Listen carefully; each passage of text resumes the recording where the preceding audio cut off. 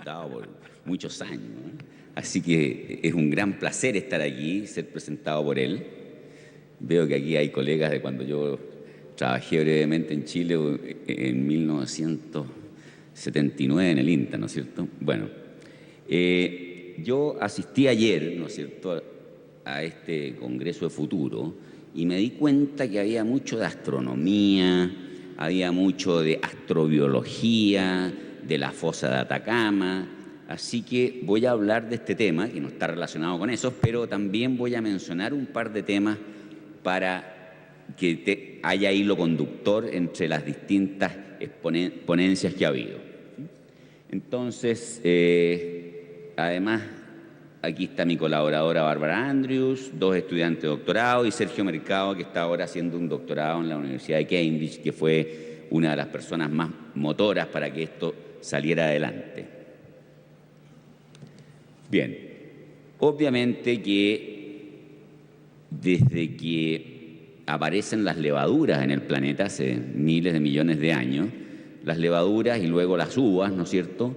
Siempre las uvas y las frutas con azúcares están cerca de las levaduras y ahí aparece el alcohol, porque la levadura tiene 2 roles. Uno, se usa para fabricar pan, los egipcios, los sumerios lo usaban, ¿no es cierto?, porque produce CO2. Toma el azúcar, pero también produce alcohol. Y mucho antes que apareciera el ser humano, yo he visto películas de animales en África, elefantes y gorilas, comiendo fruta fermentada y emborrachándose y pasándolo muy bien. Entonces el alcohol, ¿no es cierto?, en forma razonable, produce alegría, desinhibición, pero obviamente que cuando se consume en exceso causa problemas. Y el alcoholismo en el mundo, como se ve acá, ¿no es cierto?, es un problema bastante serio, desde el punto de vista social, obviamente. Yo desde que estoy trabajando en este tema me llegan mails de madres, de hijos, de hermanos: mire, tengo este terrible problema en la familia, ¿cuándo vamos a poder probar su vacuna? Pero bueno, no es tan fácil llegar a la famosa vacuna. Cuando uno consume el etanol, ¿no es cierto?, se transforma con esta enzima, etanol deshidrogenasa o alcohol deshidrogenasa, en acetaldehído. Y luego el acetaldehído se transforma en acetato con esta segunda enzima, la acetaldehído deshidrogenasa, y como esta segunda enzima es más eficiente y más rápida, nunca en el cuerpo de la mayoría de las personas se acumula el acetaldehído. Sin embargo, hay una cierta mutación, y donde es más prevalente es en China, Corea y Japón. La mutación es más prevalente, que puede llega hasta un 20%, obviamente no todos tienen un 100% de esta mutación, donde en vista que hay un polimorfismo de este gen, esta enzima no se sintetiza. Y cuando no se sintetiza esta enzima, entonces no se produce esta reacción, se acumula el acetaldehído. De hecho, mi amigo Eric Goles, que tenía una polola que era de Antofagasta, una chinita de Antofagasta, chinita genéticamente chilena, pero tenía ancestros chinos por padre y madre, no podía probar el alcohol porque le daba dolor de cabeza, taquicardia, vómito. O sea, las personas que tienen esta mutación no pueden beber alcohol. Y de hecho, en esta sala seguramente por el número de gente que hay más de una persona que tiene esta mutación, por lo menos en cierta medida. Entonces, el tratamiento consiste en transformar a los chilenos en chinos. ¿Ok? El disulfiram, que es algo que existe y que tiene el mismo efecto, ¿ok?, de parar la segunda enzima, tiene 2 problemas. Uno, que hay que tomarlo todos los días, y otro que tiene efectos colaterales porque va a todas las células. ¿Ya? El pellet tiene un bajo nivel, así que funciona hasta por ahí nomás. Entonces nosotros pensamos en una solución genética o génica de algún tipo, ¿ya?, que solo haya que tomarla una vez cada 6 meses o algo parecido. Y existe esta tecnología técnica, así como más tarde nos van a hablar de la terapia celular con células madre, de la terapia génica, que ha tenido éxito en pocos casos hasta ahora, pero nosotros esperamos que este sea un buen caso donde tenga éxito, esencialmente porque hay especificidad de tejido, o sea, la mutación puede ir directamente al hígado y de la función que se va a regular, específicamente solo la enzima que yo mencioné. Más tarde nos van a hablar de terapia celular, que consiste en tomar células de un paciente, hacerles el cambio necesario y volverlas al paciente. En el caso nuestro, nosotros usamos un virus, como el virus del resfrío, que infecta células, ¿no es cierto? Le sacamos la información genética que tiene el virus y le ponemos un gen antisentido, es decir, un gen de la segunda enzima que va a ir a pegarse al otro gen y no va a permitir que la enzima se produzca. Ese es el concepto, ¿ok? Un antisentido que el antisen se pega al RNA mensajero y no permite que se produzca la proteína. La proteína es la enzima que cataliza la segunda reacción, la que transforma el acetaldehído en acetato, porque el acetato entra a la vía metabólica de manera directa. Entonces, para esto postulamos, ¿no es cierto?, a los recursos que ofrece el Estado, un proyecto FONDEF, cuando los proyectos FONDEF tenían más recursos, y se hicieron distintos trabajos, se desarrolló este vector que ya vamos a ver cuál es el resultado para terapia génica, que es un virus con el gen antisentido. Se hizo la producción y distintas pruebas que pensamos, algunas se podían hacer en Chile, luego pensamos que se podían hacer en Brasil, en el Instituto Butantan, que es un instituto que produce vacunas, etcétera, pero el camino final resultó un poco más complicado. Esta es la prueba de concepto. En Chile hay una cepa de ratas alcohólicas. Créanme o no, las creó el doctor Mardone. El doctor Mardone fue Premio Nacional de Ciencias, presidente de la Academia de Ciencias, incluso creo que fue ministro de Estado, ministro de Salud de Alessandria. Bueno, pero estas ratas alcohólicas, que esto es lo que beben normalmente, ¿ok? Es el equivalente a una botella de whisky al día para un ser humano, ¿ok? Este es el consumo de etanol. Estas son las ratas alcohólicas que se le inyectó el adenovirus sin el gen, o sea, es el control, el virus sin el gen que queremos que pare la segunda enzima. Y estas son las ratas alcohólicas que se le inyectó el adenovirus con el gen antisentido. O sea, el consumo de alcohol, este era un grupo bastante grande de ratas, disminuyó aproximadamente un 50%. No se había optimizado la dosis, nada. Fue una prueba que se hizo proof of concept, como se dice en inglés. O sea, si con una mayor dosis del gen antisentido, quizás la disminución habría sido menor. Estas son las mismas ratas, el consumo de agua de las ratas, que obviamente no se afectó. Así que esta es la prueba de concepto, como se dice, o proof of concept, y ahí está la publicación. Pero bueno, ese trabajo, hasta ese punto, en gran medida, lo hicimos con un colega, el doctor Yedi Israel, que hizo casi toda su carrera en Canadá y se especializó en alcoholismo. Él descubrió, por ejemplo, que los orientales tenían esa mutación, pero él no tenía interés en dar el paso más allá, en llegar a probar la vacuna realmente en humanos. Entonces tenemos este vector, en nuestro laboratorio se optimizó el cultivo de las células animales, que no es trivial. Eventualmente esto se produce en 100 litros, en 200 litros, en unos tanques grandes, que pensábamos hacerlo en Butantan, pero no pudimos hacerlo en Butantan. De hecho, Sergio Mercado fue para allá, llevó la tecnología a Brasil, las células, la metodología que habíamos desarrollado en nuestro laboratorio, y finalmente ellos no podían crecer estas células. Así que finalmente la producción para hacer lo que se llama las pruebas preclínicas se hizo en Canadá. Luego de purificarlo se llega, ¿no es cierto?, a esta vacuna.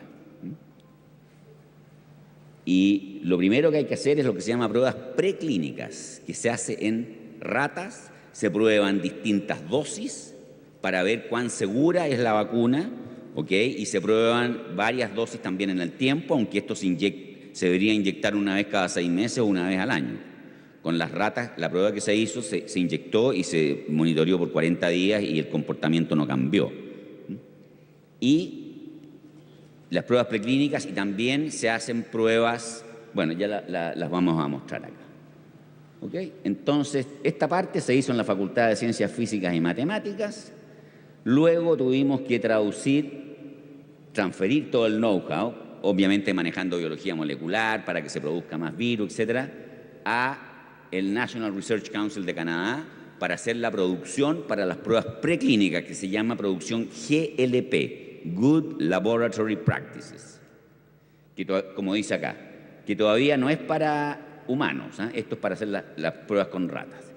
Y finalmente teníamos el detalle, los protocolos para hacer las pruebas preclínicas en ratas en Brasil, pero la empresa en Brasil no estaba lista cuando nosotros lo necesitábamos, así que tuvimos que ir a Bombay. En la India hicimos las pruebas preclínicas. Entonces, todos estos viales con vacunas a menos 80 grados, había que transportarlos a menos 80 grados de Montreal, se llegó a Suiza y de Suiza a Mumbai, lo que antes era Bombay. Esta empresa es Ford, que funciona con estándares internacionales, FDA, Comunidad Europea, etc. Y estas fueron las pruebas que se hicieron allá. Comportamiento clínico durante 14 días, distintas dosis baja, dosis media, dosis alta, estudios de genotoxicidad, toxicidad repetida que se llama, y subcrónica. Me parece que hasta ahí nomás llegaron las lucas, así que esa parte todavía parece que falta. Y bueno, aquí está, claro, la toxicidad reproductiva es lo que falta. Los hijos, qué pasa con los descendientes, pero toda esta parte ya está hecho y el resultado ha sido impecable. ¿Ok? Y esta evaluación se hizo. Todo esto lo hemos hecho con apoyo de la empresa Recalcine, que es una empresa muy agresiva en términos internacionales, etcétera, y quiere llegar al mercado con nuevos productos. Por alguna razón, este proyecto tuvo mucha publicidad a nivel internacional porque era justo cuando la empresa Recalcine iba a entrar al mercado. Yo no sé si hay alguna relación, pero... Y lo que falta son lo que se llama estudios de fase 1, que son ya con pacientes. ¿Ok? O sea, en base a los resultados de las pruebas preclínicas se hacen estos estudios en fase 1. Estudios que se llaman en fase 1 nunca se han hecho en Chile para ningún producto farmacéutico nuevo. Esto sería algo totalmente novedoso, hacer pruebas fase 1 en Chile. Lo que se hacen, tengo entendido, yo no soy experto en esta materia, es fase 3, que ya es con muchos pacientes. Y aquí se describe un poco, ¿no es cierto?, el estudio de fase 1. Esto fue discutido con el Instituto de Salud Pública. Y aquí están los criterios que hay que usar, ¿no es cierto?, para escoger a los candidatos en el estudio de fase 1. Y esos estudios de fase 1 ya se han hecho todas las conversaciones, discusiones, se van a hacer en el Hospital San Borja Arriarán, donde hay una unidad de alcoholismo. ¿Qué pasó? Debe ser este enchufe aquí que está un poco arreglado como a la chilena, con alambrito. Bien, pero en vista, este es entonces, ahí está Recalcine, Instituto de Salud Pública, el National Research Council de Canadá, y aquí está Ford en Mumbai, donde se hicieron las pruebas preclínicas. ¿Okay? Obviamente es un proyecto bastante globalizado, como digo. Pero ahora quiero contarles un poco de nuestros proyectos con bacterias, ya que el senador Girardi se refirió a este proyecto ayer del desierto de Atacama. Y aquí está mi primera visita a Alma, ¿no es cierto?, con un conocido astrónomo, ¿no es cierto?, que ustedes, Mario Amuy. Aquí está el vicepresidente del Senado y también iba el presidente del Senado. Aquí estamos a 5.000 metros, ¿no es cierto?, con un baloncito de oxígeno. Y este es el desierto de Atacama, o parte del desierto de Atacama. Y ahí nosotros encontramos bacterias que obviamente están en estado latente, pero que pueden estar ahí miles, millones de años, no tenemos idea. Hay mucha gente que publica publicaciones científicas y dicen que esto es lo más parecido a Marte y que estas bacterias realmente llegaron de Marte en algún momento. Este proyecto es una colaboración con Alan Bull, que es un científico británico, Mike Goodfellow y Marcel Jaspers, que es un experto en química, y ya van a ver por qué se necesita un experto en química. Así que aquí estamos en un viaje posterior ya tomando muestras a 5.000 metros de altura, muestras de tierra que uno ni piensa que tienen bacterias. Este fue el primer paper que publicamos con estas bacterias, que son actinomicetes. La gracia de los actinomicetes es que tienen mucha actividad para producir nuevos antibióticos, sustancias anticancerígenas. No sé si ustedes saben, pero en el mundo hay una crisis hoy día con la resistencia a los antibióticos. Hay una tremenda necesidad de encontrar nuevos antibióticos y se piensa que si no hay acción importante vamos a llegar a la época anterior a los antibióticos, donde una familia de 7 u 8 hermanos sobrevivían 3, porque cuando no existían los antibióticos. Entonces, estos son los antibióticos del desierto de Atacama. Los principales, como digo, en los que nos hemos concentrado son los actinomicetes y son excelentes productores de drogas anticáncer, antibióticos, etc. Estos son los primeros lugares donde tomamos muestras, ¿no es cierto? El Tatio, Salar de Atacama, Valle de la Luna.